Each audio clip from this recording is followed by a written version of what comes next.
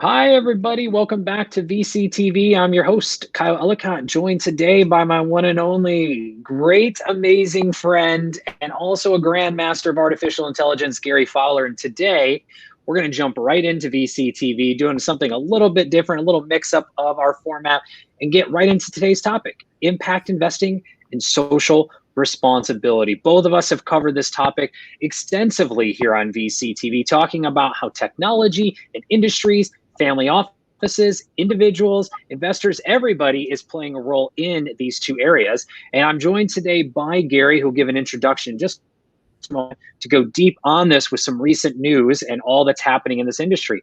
But before we jump in, Gary, welcome back to the show.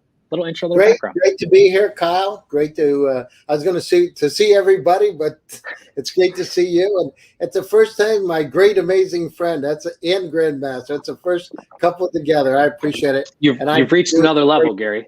You've reached another level. You went from here. You're now up here. Remember, I'm not worthy. That's great. My name's Gary Fowler. I'm a serial entrepreneur and investor. I've done 17 companies.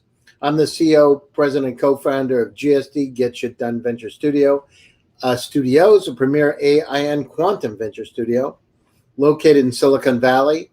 I was on the original management team of Click Software, was sold for Salesforce for $1.35 billion.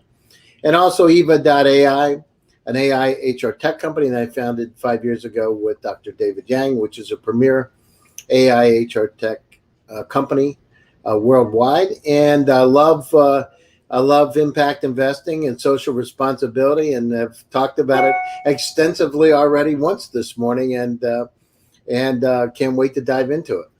So let's dive right in. I mean, you've had conversations. We talked a little bit offline. You've been already talking about this here today, a couple hours into the day on the East Coast as well. And tell us, what are you hearing? What is happening? What are family offices and investors telling you that's really important for us and the audience to know around impact investing and social responsibility? Yeah, I mean, this morning I was on a panel, and it was with some rather large family offices, and the family offices understand that it's really the time, Kyle, that we can't leave the planet in the same condition that we've left it in for the last 100 years. In terms of not taking care of it, we can't go down and have the same opinion about diverse populations that we have had in the past. And we got to really do something about it. And one thing that I'm hearing across the board, I'm talking about people that have, $4.9 billion funds, $50 billion funds, family offices, multi-generational family offices. So for the audience, what a family office is you're a high net worth individual. Typically, you've got over $100 million in assets. They form these family offices, and the whole idea is to make sure that the money goes forward in a across many generations. So that's where it is, and they also understand. I mean, we're at a critical juncture, right? COVID's opened up a lot to people around the world, and from our standpoint, what we say is, intellectual capacity is evenly distributed, but opportunities are not. So let's talk about it from three different perspectives. I mean, look at it. We have all this talent in Africa, all throughout Africa, from Nigeria to Ethiopia, South Africa, North Africa. And yet we've not really minded in a positive sense and created companies to be able to create amazing, good paying jobs. But that tide is changing. And I'm very, very excited for that tide. So, in fact, ourselves, we have companies in South Africa, Rwanda, and also in Nigeria. And we're just getting started. And the acceptance, the talent we look for AI companies is just really incredible. It's not, when I originally thought, I had thought that, that our companies would primarily come from Eastern Europe. But I'm seeing this swell. Nigeria's got 206 million people. These are significant countries. Ethiopia's got 100 million. We don't even realize, there's over 1 billion people on the continent. So what we do is by creating jobs in these environments, we're creating sustainable opportunities. We're helping people help their families. And at the same time, just like we had done in Russia many years ago when we started the first accelerator, I mean, once you start jobs and then people start to work together, we brought them out to Silicon Valley, et cetera. I mean, attitude shifts. Is it something that is going to be a short period of time? No, it takes time, but we're seeing it now, and I'm so excited about it. And as you know, Kyle, I've worked with the Black community for almost 14 years, and we have the same challenge in the Black community. It's not because we haven't given jobs to folks, it's because we need to create opportunities in places like Baltimore, in Chicago, in Atlanta. So we're in the process of building a $100 million impact fund in Atlanta. The whole idea is to work with the underserved. And how would we do that? Well, imagine bringing fellows into a company. And when I mean fellows, like fellows in graduate school, to be able to learn at a VP role, at some type of a significant executive role, give them the opportunity to learn, give them the opportunity to understand how to build a company, give them the opportunity to be able to lead a tech company. And I got to tell you, it's changing. The other side of it is, the other point of light is that, we've really not done a lot of good things for our planet. I mean, think about it. I remember growing up as a kid in Pennsylvania. We had mine acid coming off the mountains. Everybody talked about it, but nobody did anything about it for the longest time. Killed all the fish, right? So we had no fish in the Susquehanna River for the longest time. And then we had garbage fish. But finally, rules were put in place, fines were levied, and things started to change. And we had to learn the hard way. We had to learn the hard way about burning paper, burning things, instead of being able to recycle. So what's happening now is corporations have really stepped up to the plate. Part of it's from pressure from their constituents. Part of it is because they understand they need to be socially responsible. And the other thing is, it makes a lot of sense for their companies. Look at Shell. I recently talked to Shell. Shell's focused on renewable energy. Why?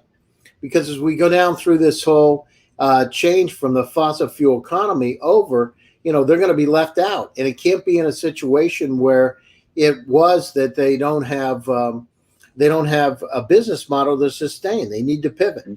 So the good news is the companies are pivoting. They're being drawn because of the pandemic. They're being drawn because of their shareholders. They're being drawn because of opportunities. So it's a perfect storm in a good, positive way. And I got to tell you, I'm real excited about it. When you see people, we have one of our companies, she's a Zulu from South Africa.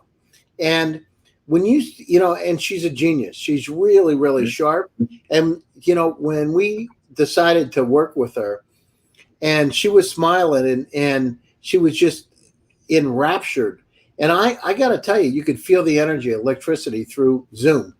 And that's the kind of spirit that we want, because those are the next generation entrepreneurs that can put a dent in the universe and create this amazing future. So one is about the responsibility in terms of the environment. The other one is the due diligence and the responsibility we have to other human beings to help them make their lives better, right? And everybody wins. It's not about entitlement. It's about actually creating opportunities where everybody wins. Yeah, and speaking of that, I mean, one thing I want to switch to is towards technology. And thank you for all of that and sharing what you had in terms of conversations earlier today, Gary. But I want to open the gates to technology and how technology and the ease of access when it comes to development and the creation of companies has really changed the landscape for many. And what does this mean? I mean, as we look at new complex or deep technologies like artificial intelligence and quantum, blockchain, edge, and others, as they start to enter, what does this do for impact companies or those that are building in social responsibility? One news headline we were talking about earlier this morning here on VCTV is the Central Bank of Ghana. And the Central Bank of Ghana is going to launch a regulatory sandbox pilot for blockchain and financial projects, so that young companies, along with small to medium-sized businesses, have the chance to build and also potentially crowdfund projects for the bank, for the country, and then also around things like remittance and others in these particular categories. What else are you seeing? Or again, how does technology play an impact when we're thinking about social responsibility and we're thinking about impact investing? Well, I mean, look at Starlink, right? I don't know if you saw it was last week or the week before. You could see the satellites going up. It looked like Santa Claus and Rudolph the Red-Nosed Reindeer. You could see these satellites literally going up. What is it going to do? This is what Nikola Tesla talked about at the beginning of the 20th century. I mean, isn't it crazy? We're talking about the same things about the democratization of opportunity. That was a wireless transmission of electricity. We're talking about the same things because we're now bringing the technology to the people. You know, some people argue, well, not everybody has it, but it's getting better.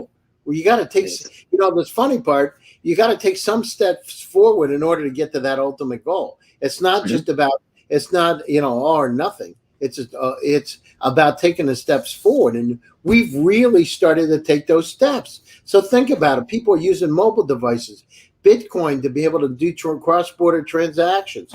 AI, look at in Nigeria. I actually have one of the top AI persons from Nigeria is going to be on my show. And she's a genius. She's 24 years old. And they've started AI Saturdays in Nigeria to help that community come together. And guess what? Those are high-paying jobs. I actually have a conversation later on today with a group. But, you know, you're talking about making 250, 200 minimum, right, in Silicon Valley to $1 million, right? So even if you don't do a startup, you can change your life. So why not have those high power skills and let's start developing them before it's too late? As we come in with robotic process automation and start getting rid of some jobs, let's go to these high value jobs now. And guess what? Africa is ripe for the picking. Why? Because the situation is a grid. It's not like we have a legacy grid. Look at in California. It sucks. I mean, how many times, I don't know what it's like in San Francisco, but I can tell you in the Valley, the electricity sucks. It goes on and off, you know, and it's because we got an old grid and too many people. So now, go ahead. Oh, no. I was just say you're right. I mean, that's infrastructure and that's infrastructure upgrades, right? Sometimes those takes a long time. But no, I was just going to throw kind of a question out there. You know, Mark Cuban over the weekend, or I believe last week, pardon me, said that if he was to start a company in any industry right now, it would be blockchain. Anything that he could do focused around blockchain, that's where he as an entrepreneur would start to build as well. And curious to you, I mean, AI is number one. So I would love to hear your thoughts on, you know, AI, but in general, giving the recommendation out to those that are looking to build in social or impact. What industries do you recommend they start building? Well, remember, like AI is an enabler, right? And AI in blockchain, AI in cybersecurity. So it's just an enabler that changes things. So if it was me, and if you're asking specifically about blockchain, absolutely, because now with the digital transformation and smart contracts, you know, security, owning our own data, I mean, all those things are coming into play. Absolutely. Look at Miami and Mayor Suarez 2 weeks ago. I mean, it's when you start getting governments start to talk about crypto and blockchain, things change. So real quick for context, by the way, hi to the audience. We see your comments coming in. Thank you for tuning in. Feel free to drop any questions in, and thank you. And hi. We've got hi everybody. So just to add context, the mayor of Miami, just over, I think it was a week ago, Gary, am I correct? Announced that they were. Yeah, so just over a week ago, there was discussions about bringing Miami into being a crypto and blockchain hub, and then the Mayor Suarez, pardon me, put proposals in front of the city council to actually allow for its residents to start paying some of the city's taxes and mortgages, rents, those types of things in cryptocurrencies, and then. Fast forward to last week, we had a large group out of Dubai, also a global group, who announced that they would put up about 5 billion, roughly at that time, in Bitcoin to help back this initiative for the mayor as well. So you've got, a mayor who's pushing this. You've got a city who's accepting it. You've got a financial group who's financing it and providing a liquidity pool there as well. And you've got a city that's starting to thrive with entrepreneurs in the region. So sorry, I just wanted to add context for our viewers who may not have heard that news, Gary, but continue. I mean, you were on this point. I talked to Coram, who's the guy that's putting the $5 billion in. I mean, I talked to him, he's a friend of mine. So, I mean, people are excited about what's happening. I mean, this is really the democratization of opportunity. And why would they do it? Because guess what? Our world is changing quickly, Kyle. If you would have asked me before the pandemic a year ago, if we would have gone down through with Bitcoin, Ethereum, and blockchain, if we would have moved this quickly, I would have said absolutely not. But the thing is, our world's changing because we had to fundamentally change with this digital transformation.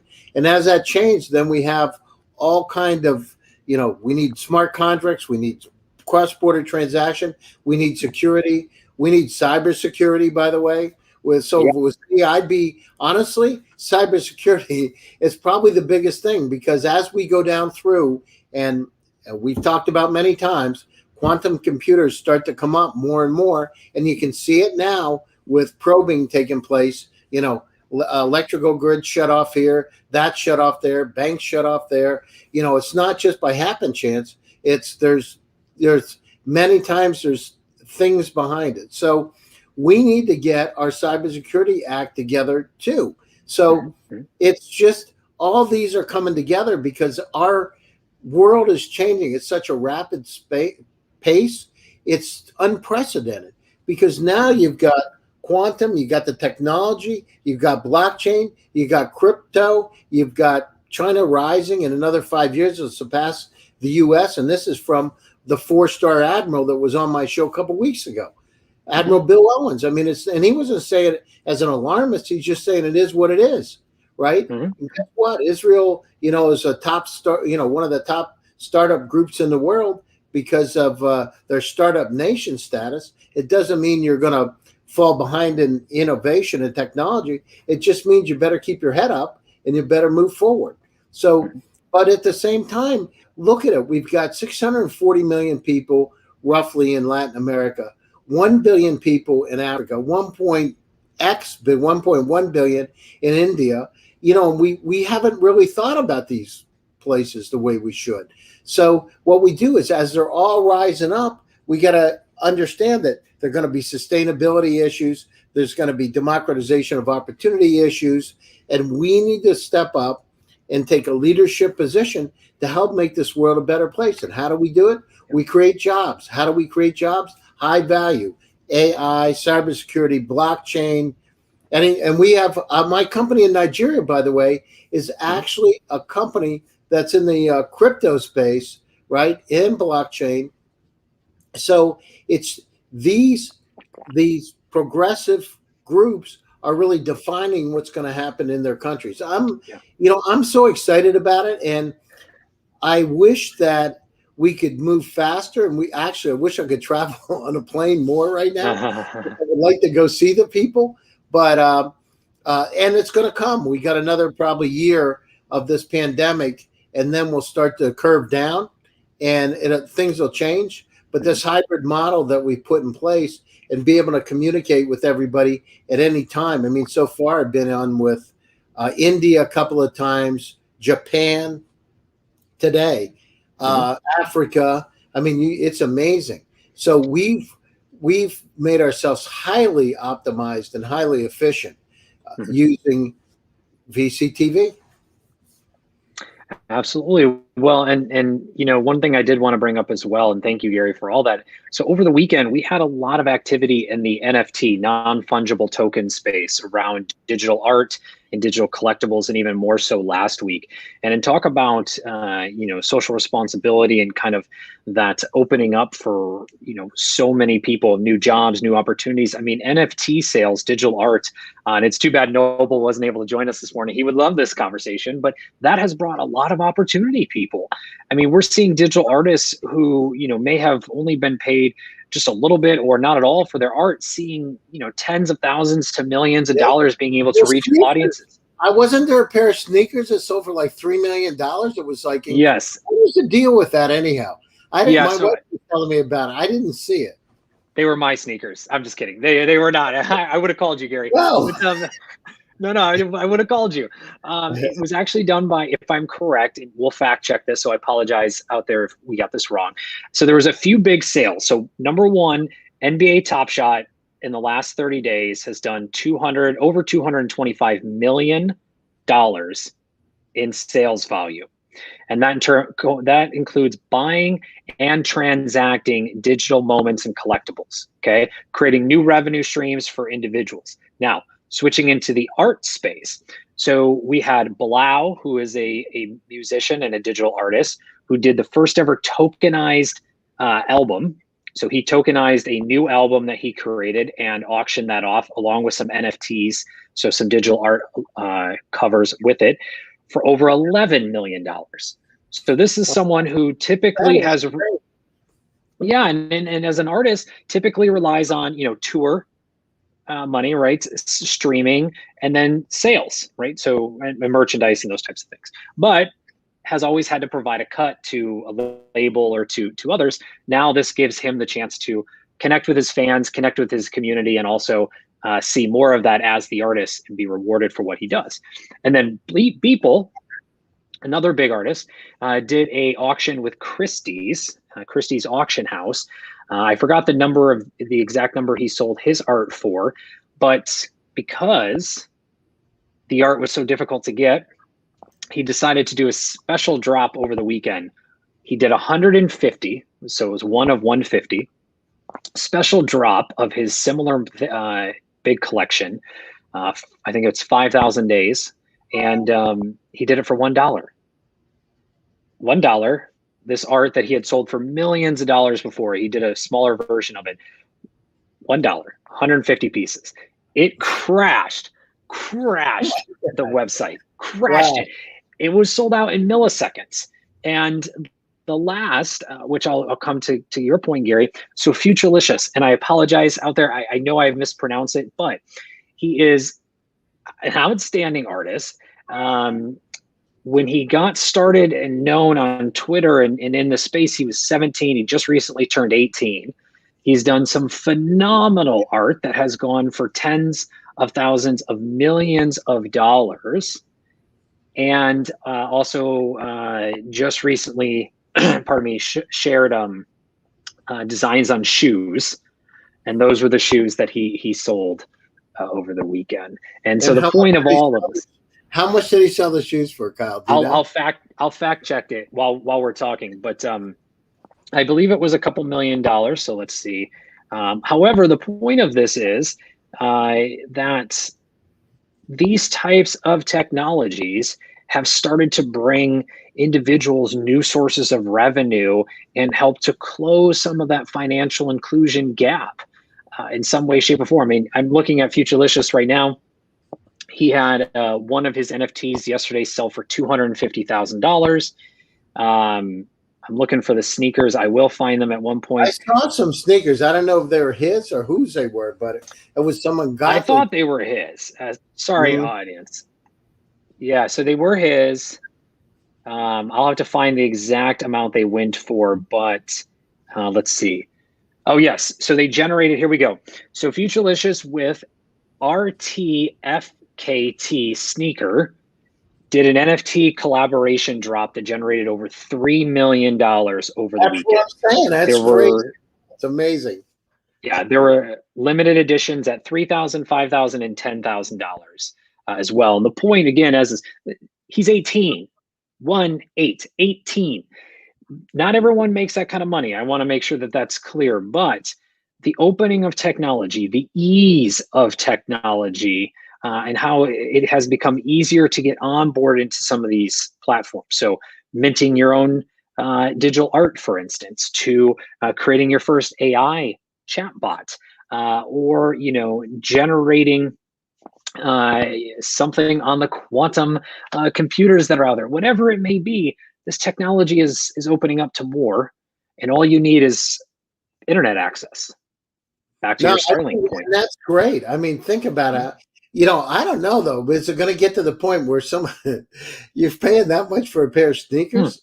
I mean, So I was worried about paying a couple $100, but that's a little overkill, isn't it? you and me both. You and me both, Gary. It's okay, but no, this is a good. This is actually a really good point. So we're seeing something very unique right now, and that is the democratization or decentralization of art. More artists in the world are able to share their creations with more people in the world, and more people in the world see the value in said creations and are willing to pay for it. That's totally fine. What we are going to shift towards is opportunities around gaming, opportunities around showcases, opportunities around new type of content that people may pay all kinds of money for, right? There's a company, I believe it's Mir, I think it's Mir, who has actually done tokenized essays. So you can pay $1 or two or whatever the price may be to read my essay.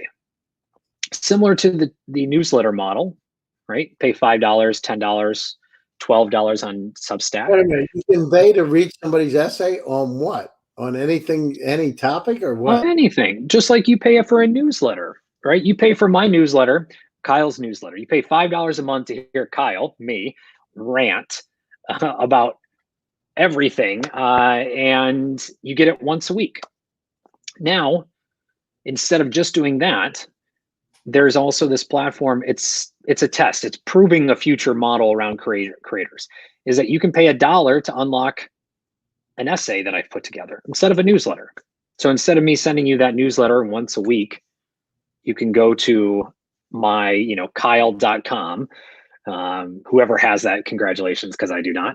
But you can go to Kyle.com and you can pay $1 and you can read my full essay on, I don't know, whatever. It could be an article, it could be research, it could be an essay. But Wow, that's amazing. the Yeah, point that. is it allows everyone to do something. Well, I mean, maybe we ought to have Morpheus generate content. Gary, this is where things open up the doors to GTP3. We're going down some rabbit holes, audience. So I hope this is what happens when Gary and I get on a call together like this. It's open ended. So enjoy the rabbit holes we're about to go down. This is where GTP3 can come in. It opens up whole new doors. Think about gaming and the idea of skins and collectibles in games that now can go offline. So traditionally, we've had this gaming economy that has always been very closed, right? Only in the game, and very rarely was it able to come out. Well, now, thanks to things like the Sandbox and Decentraland and all these other groups out there, those things can come off. So now you have on-off ramps that you can pull stuff out of games and into something else. So you have this idea that new incomes, new revenue streams will be generated so quickly and easier, not easy, but easier than ever before with just internet connection. So whether it be Starlink or whether it be something at home, you can log on and you can write your piece, your essay, you can write your newsletter, you can do your show like Gary's Picks or VCTV, shameless plug. You can create your art, you can do all this stuff, and now you are the marketplace. It's wild. Well, wait a minute, Kyle. So you could actually do your VCTV here, and this could be an NFT. Okay, that's a good point. That is a good point. So non-fungible tokens, NFTs, again, just for the audience, NFT. So NFTs traditionally have been more 2D pictures. So snapping a picture of you and I in this moment with how many viewers, how much time, this exact moment, we could tokenize that. Right. Someone out there, probably only Noble, would pay $1 for that, as an example. Or we can auction it. Sign it, and now we've got $100. Right. I'm giving us more credit than we deserve, but most of those that are interactive are just, from what I have seen, have been more of, I would say, like 3 to 10 seconds rotations. So it'd be like you saying GTP3 is the future, and us snapping that moment and putting that out into the world by one of the greatest AI experts in the universe. That moment, someone may want to own and hold on to that and value that Yeah. So, but we Right. imagine we could create longer snippets, right? And imagine we Yes. could have AI generated, because we could have Morpheus generate all kinds of different content, incredible content, right? Mhm. As he's doing now.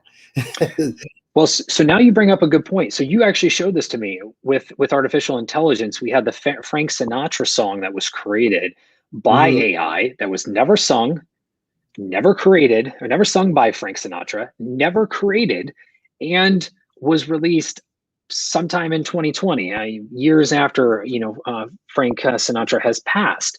And artificial intelligence has created that. That's a new piece of content that was generated off cue. Imagine if anybody could interact with an AI on what they want, how they want to see it, put their thoughts and ideas into an AI bot, and out comes content, companies, products, services.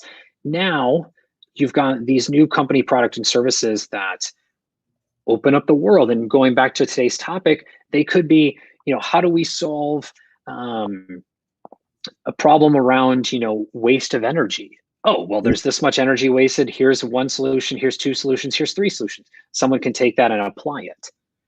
That's where things get, I think, very exciting as well. And you've Yeah, taught me a lot of that. So, and the thing is, I was just thinking, Morpheus is going out to everywhere now and pulling information. mhm. And also, imagine Morpheus could create ideas for companies more. So, and I'm going back to the NFT side. So, I mean, it's kind of interesting, right? It's really, it's a whole world. But Kyle, where does the person get cut out of the deal? You know, It's a very you good question. And this is part of your expertise. And I didn't mean to cut you off there. This is part of your expertise. I mean, we are in a very transformative wave in history right now. And to buzzword out for a minute to our audience, this is all about digitization. We have a lot of established old ways. We have a lot of established industries, products, services, individuals that are now becoming digitized. As a society, and we spoke about this last week on VCTV, we are moving towards a digital economy. And as Matthew Lemaire, who has part of the VCTV family, has said, what we are moving into with the digital economy, our digital lives, things like blockchain and digital currencies, this is a decades, plural, decades long movement for all of this to happen. And when you bring in technologies at scale, so artificial intelligence, I'll say, and you're going to correct me, things we're talking about right now are not at scale. We ourselves are not at scale. This digital economy that we're talking about and things we're doing are not yet at scale. So we've got a long time, and I'm looking forward, maybe, hopefully, possibly, looking forward to being proven wrong. But we've got a long time for that digital transformation or that digitization to fully be realized to the point where we as humans are completely removed. Now, there's also an asterisk that we may never be, because there has just to be some kind of, Kyle, when you say removed. okay, we're not going into the matrix scenario here, but to your point, to your question, Gary, the idea is, as humans, there is a need for input even in a digital economy. We will have great opportunities with the help of artificial intelligence, being able to realize some of our thoughts, our products, our services, our ideas like we've never had before, right? You and I would get on a whiteboard it out. Instead, in the future, we can go to a GTP3 or 4 or 5, whichever version is around at that point, and be able to communicate and output something beautiful on the other side. And again, audience, apologies. We went down some rabbit holes. This is what Gary and I do. This is what we talk about offline. So get excited. If you ever want to connect with us, this is what you get. But Gary, let's bring it back real quick. So impact, social responsibility. Yeah, I I mean, do want to. the thing, yeah, I mean, we've gone down through, Kyle. Look at it. We've got, the average temperatures have gone up over the last 100 years, have gone up, the last century actually, had gone up 6 times what they did in the 20th centuries before that. So we've got some challenges. Some people would say, well, it's a natural sequence of the earth, but it's not. It doesn't go up that fast. So we've got some real challenges. And as we looked, I looked at some models. I told you I worked with Dr. Irving Crick for some time. Crick was from Caltech, established a meteorology department there. He was 84 years old when I met him. He had actually studied with Einstein. I met him in the 90s. He studied with Einstein at Princeton, that kind of a guy. And then we just kind of painted a picture of what the future is going to look like. And he said, you know, Gary, Canada and Russia are going to be the breadbaskets. He said, and then he was telling me about the coastal cities that will go underwater and the things that are going to happen. And he said, you know, in a natural occurrence, these types of things would happen over time, but it wouldn't happen, you know, in 100 years. You wouldn't start to see the average sea level go up 2 feet, right? It's like incredible, up to 2 feet. So we've got to get down through and understand that as the population goes for 8.1 billion to 13 billion over this next 100 years, we're going to have a lot of people that we got to feed in entirely different ways, you know, and of course the carbon footprint of having animals and farming is high. So how do we go down through to reduce the footprint, renewable energy sources, as we're doing now, highly efficient batteries across the board. At the same time, we've got to get down through and look at how do we treat people fairly and right and just and give people the opportunities. You know, as I said, the democratization of opportunities.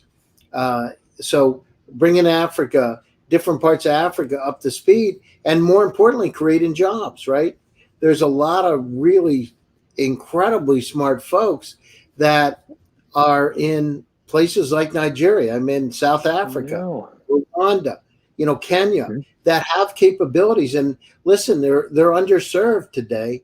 And at the same time, they're geniuses. So why don't we bring them in so we can solve a lot of these complex problems? Remember, there's 3 pieces to creating a company.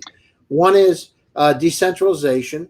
2 is multicultural diversity. Absolutely. Generational teams. And that's what we need today to make it done.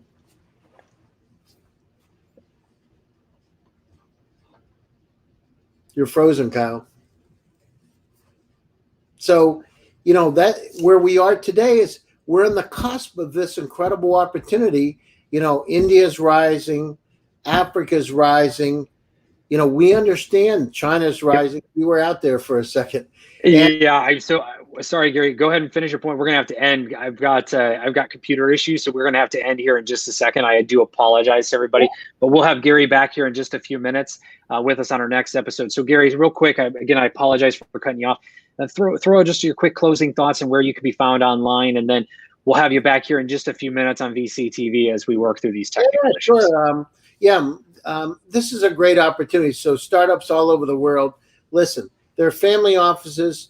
The family offices, if you get into a family office, they really want to do impact investing. They want to make their dent in the universe. Of course, people want to make money and be profitable too. It's not about entitlement. It's about making a change and a difference. So they're out there. The VCs have special mandates, angel investors. I'm encouraged. I love this stuff.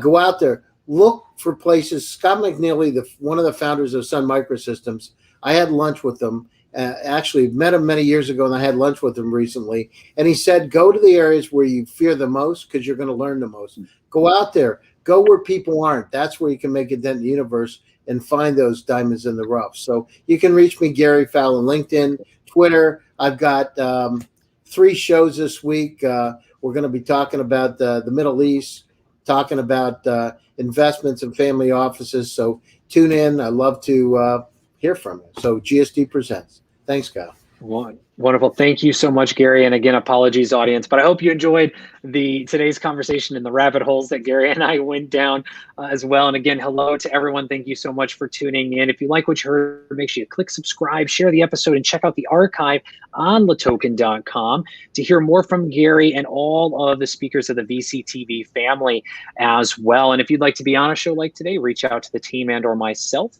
We'll find that right spot for you.